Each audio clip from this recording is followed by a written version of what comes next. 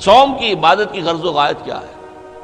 یا ایھا الذین آمنوا کتب علیکم الصیام کما کتب علی الذین من قبلکم لعلکم تتقون، اے ایمان والو تم پر بھی روزہ فرض کیا گیا ہے جیسے کہ تم سے پہلے لوگوں پر کیا گیا تھا، تاکہ تمہارے اندر تقویٰ پیدا ہو جائے۔ تقویٰ کسے کہتے ہیں؟ لفظی معنی ہے بچنا، گناہ سے بچنا، حرام کام سے بچنا، حرام چیز کھانے سے بچنا، حرام خوری سے بچنا، حرام کاری سے بچنا، یہ بچنا۔ وقا یقی کے معنی ہے بچانا، وقنا عذاب النار، ہم دعا مانگتے ہیں اے اللہ ہمیں آگ کے عذاب سے بچا لے۔ تو وقا یقی بچانا، اتقا یتقی بچنا، خود بچنا، تاکہ تم بچ سکو، تمہارے اندر تقویٰ پیدا ہو جائے، تم اللہ کی نافرمانی سے بچو، گناہوں کے ارتکاب سے بچو، حرام خوری سے بچو، اس لیے تمہارے اوپر روزہ فرض کیا گیا۔ اب اس کی حکمت کو سمجھیے۔ دیکھیے، ایک ہے ہماری خودی، ہماری انا۔ جب میں کہتا ہوں میں، تو میں سے مراد کیا ہے؟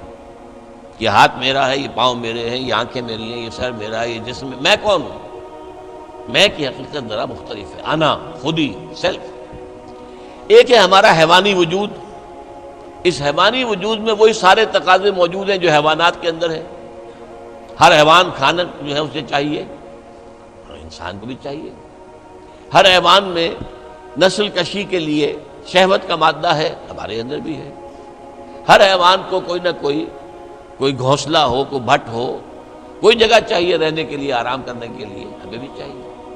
تو حیوانی تقاضے جو ہمارے وجود کے اندر موجود ہیں، ان کے لیے کہا ہے، فرائڈ نے لفظ استعمال کیا ایڈیا لیبیڈو۔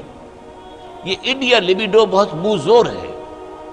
بھوک لگتی ہے تو انسان کہتا ہے کچھ بھی ملے کھانے کو، حلال ملے حرام ملے کھاؤ۔ شہوت کا جذبہ جب جاگ اٹھتا ہے، برانگیختہ ہو جاتا ہے، تو پھر وہ تو چاہتا ہے تسکین ہونی چاہیے میری شہوت کی، جائز ناجائز، حلال حرام، صحیح غلط، سب چھوڑو اس کو۔ اس کے لیے کنٹرول پیدا کرنا، ضبط نفس، کہ آپ اپنے نفس پر کنٹرول کر سکیں، نفس آپ پر حاوی نہ ہو جائے، کہ جو اس کا حکم دے، جو بھی وہ حکم دے آپ اس کی پیروی کریں، نہیں، نفس کو اپنے قابو میں رکھیں، اپنی مرضی کے مطابق اسے چلائیں۔ اس کی مثال ایسے ہی ہے کہ جیسے ایک گھوڑا ہے اور ایک سوار ہے اس پر۔ اب اگر گھوڑا منہ زور ہے، طاقتور ہے، اور سوار بیچارہ کمزور ہے، تو کیا ہوگا؟ گھوڑا کہیں پٹک دے گا اس کو، کہیں کسی کھائی میں پھینکے گا یا کچھ اور کرے گا۔ لیکن اگر سوار بھی طاقتور ہے اور اس نے گھوڑے کو دبایا ہوا اپنے دونوں رانوں کے درمیان، گھوڑا محسوس کر رہا ہے کہ میرے اوپر جو بیٹھا ہے وہ جاندار ہے، تو پھر ظاہر بات ہے کہ اب یہ گھوڑا سوار کی مرضی کے مطابق چلے گا، ذرا سا اشارہ ہوگا ادھر مڑ جائے گا۔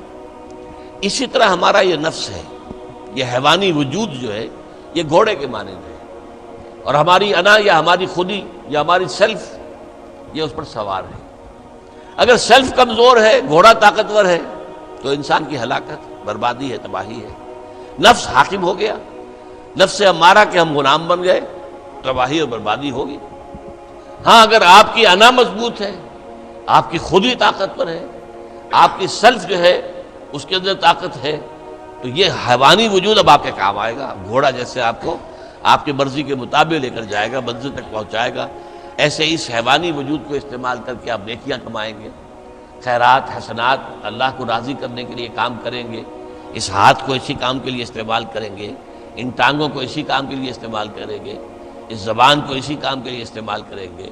تو یہ ہے اگر آپ کا کنٹرول نفس پر ہے، اس کا نام ہے ضبط نفس۔ اور یہاں میں تھوڑا سا اشارہ کر دوں کہ ایک اور نفس بھی آتا ہے، نفس کشی، نفس کو مار دینا۔ انگریزی میں اس کے لیے لفظ ہے سیلف اینیہیلیشن۔ ایک ضبط نفس ہے، سیلف کنٹرول، ایک نفس کشی ہے، سیلف اینیہیلیشن۔ یہ سیلف اینیہیلیشن اسلام میں پسندیدہ نہیں ہے۔ نفس کو کچلو مت، گھوڑے کو مارو نہیں، یہ تو کام کی شے ہے، بس گھوڑے پر قوت حاصل کرو، گھوڑے کو اپنے کنٹرول میں رکھو، ورنہ نفس کا بھی حق ہے۔ گھوڑے کو بھی دانا پانی ڈالتے ہو کہ نہیں؟ تمہارے نفس کا بھی حق ہے۔ وَإِنَّ لِنَفْسِكَ عَلَيْكَ حَقًّا وَإِنَّ لِزَوْجِكَ عَلَيْكَ حَقًّا وَإِنَّ لِزَوْرِكَ عَلَيْكَ حَقًّا۔ تم پر تمہارے اپنے نفس کا بھی حق ہے، تم پر تمہاری بیوی کا بھی حق ہے، تم پر تمہارے جو ملنے کے لیے لوگ آئیں، ملاقاتی ہوں، زیارت کرنے کو، ان کا بھی حق ہے۔ اس نفس کا بھی حق ہے، اس نفس کا بھی حق اسے ادا کرو، لیکن حلال، حرام نہیں۔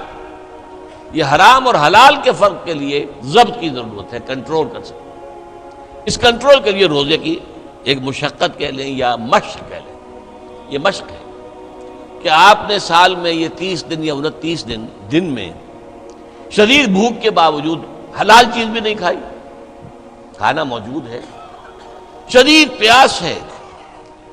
فرض کیجئے کہ آپ عین دوپہر میں دفتر سے یا کہیں کالج سے آپ آئے ہیں اور گھر پہنچے ہیں تو شدید پیاس کی وجہ سے، جب وہ موسم آ جائے گا جون کا اور مئی کے روزے جو ہیں تب معلوم ہوگا کہ روزہ کہتے کسے ہیں۔ ابھی تو ہم کچھ دنوں سے عادی ہو گئے، سردی میں روزے تھے، روزہ کچھ کہتا ہی نہیں تھا۔ اب بھی ذرا ہے، کچھ تھوڑا سا رنگ دکھا رہا ہے، لیکن اکتوبر کا مہینہ ہے، اس میں وہ گرمی تو نہیں ہے نا۔ لیکن ہو سکتا ہے کہ اس وقت اگر روزہ ہو تو گلے کے اندر کانٹے پڑے ہوئے ہوں گے پیاس کی وجہ سے، اور گھر میں پہنچے تو معلوم ہے پانی موجود ہے، فریج موجود ہے، ٹھنڈا پانی موجود ہے، برفاب اور بھی ڈرنکس موجود ہیں، روح افزا کی بوتل رکھی ہوئی ہے، نہیں پینی۔ کیوں؟ اللہ کی اجازت نہیں۔ یہ مشق آپ 30 دن کریں گے تو اس سے توقع ہے کہ آپ کے اندر یہ صلاحیت پیدا ہو جائے کہ بقیہ 11 مہینے حرام تو نہ کھائیں، ایک مہینے حلال بھی نہیں کھایا اللہ کے حکم کی وجہ سے، تو حرام اللہ نے کیا ہے نا، اللہ کا حکم ہے۔ 11 مہینے یہ تقویٰ پیدا ہو جانا چاہیے، یہ طاقت تمہارے اندر پیدا ہونی چاہیے، یہ صلاحیت پیدا ہونی چاہیے کہ حرام میں منہ مت مارو، حرام سے اجتناب کرو۔ یہی وجہ ہے، دیکھیے ذرا کڑوی بات آپ کو سنا رہا ہوں۔ فرض کیجئے عین روزے کی حالت میں آپ حرام کام کر رہے ہیں، کھانا تو نہیں کھا رہے، جھوٹ بول رہے ہیں تو حرام کام ہے، سودی کاروبار کر رہے ہیں، حرام کام ہے، رشوت لے رہے ہیں یا دے رہے ہیں، حرام کام ہے۔ عین روزے میں اگر یہ کام ہو رہا ہے تو پھر یہ روزہ بے معنی ہے۔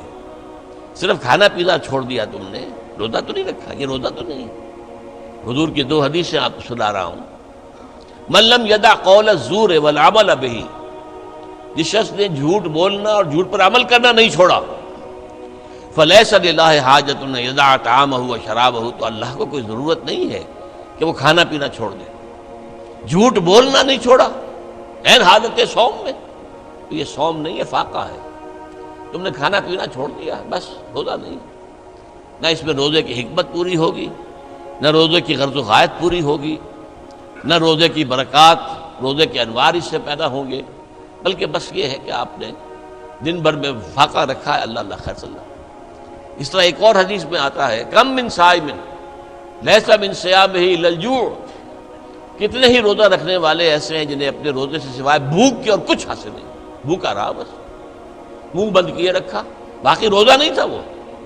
جب عین روزے کی حالت میں جھوٹ بول رہا ہے یا جھوٹے عمل کے اوپر، جھوٹے کاروبار پر عمل کر رہا ہے تو یہ روزہ نہیں ہے۔ تو روزے میں کھانا اور پینا صرف یہ ترک کرنا نہیں ہے، بلکہ یہاں تک بھی آیا ہے کہ فرض کیجئے کہ کوئی شخص آپ سے جھگڑ رہا ہے، گالن کلوچ پہ اتر آیا ہے، تم یہ کہو کہ بھائی میں اس وقت کچھ نہیں کہہ سکتا، میں روزے سے ہوں، میں اس وقت تمہاری بات کا جواب نہیں دے سکتا، میں روزے سے ہوں۔ یہ بھی گویا کہ روزے کے تقاضوں میں سے ہے، جھگڑا نہ کیا جائے، فساد نہ کیا جائے، لوگوں سے لڑا نہ جائے، گالم گلوچ نہ کی جائے، یہ بھی روزے کے تقاضوں میں سے ہے۔